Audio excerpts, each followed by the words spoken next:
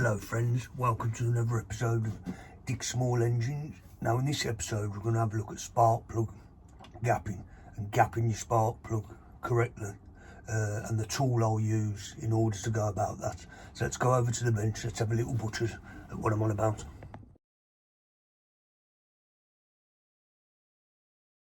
Right, over at the bench, NGK BPR 5ES plug for the purpose of this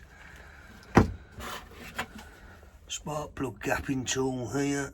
Imperial measurements on the front, metric on the back. Let's get our plug out. Now we're taking a measurement between of the plug gapping between this ground electrode here and the central electrode there just behind it, and we want to take a measurement of the gapping between the two, just about there. So if we get our spark plug gapping tool here, try and show you this in front of the camera, at the lowest point, manoeuvre it round until we meet a bit of resistance and it's snug, which is about there. I can't met a bit of resistance, and there we can see our plug is gapped at 0.30. Now just because that's come factory set at 0.30 doesn't necessarily mean the machine where you're installing the plug into the head requires a gap setting of 0.30. You'd have to look at your specific machine's gapping requirements. So we know that's set at 0.30. Let's say for argument's sake it's slightly up. You need to re-gap your plug. You'd use this to raise that ground electrode. You'd use the this hole here on your setting tool,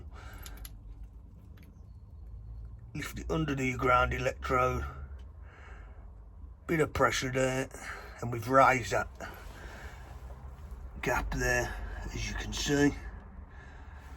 Now if we get our setter in there now,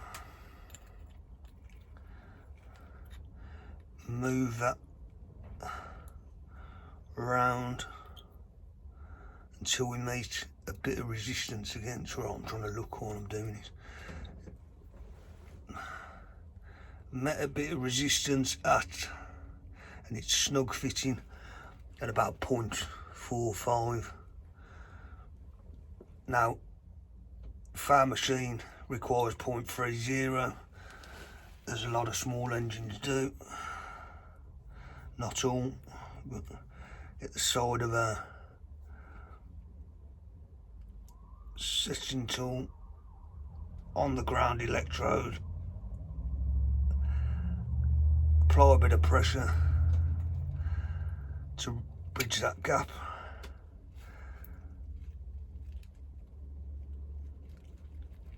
Like so. Now if we get our gap setting tool in there again, sorry, we can see as we manoeuvre it round like so. That weren't bad for a first go, was it? I've now met resistance at 0.30, so now our plug has been gapped correctly for that specific machine. The plug's going to be installed into. Good tool for setting. Let's just get that out. It's very snug in there. Very good tool. So there we have it, friends. How to gap your spark plug correctly. The importance of gapping your spark plug to the recommended spec on your particular machine. If it's not gapped to the recommended spec, or it's not gapped correctly, your machine either won't run, it will run badly, or over a prolonged period of time, not gapped correctly, you could, worst case scenario, could cause internal engine damage.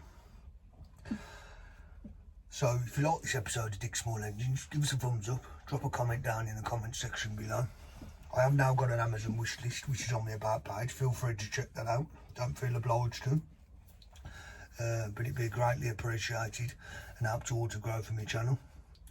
So until the next video, keep turning them spanners, everybody take care, and ta-ra for now.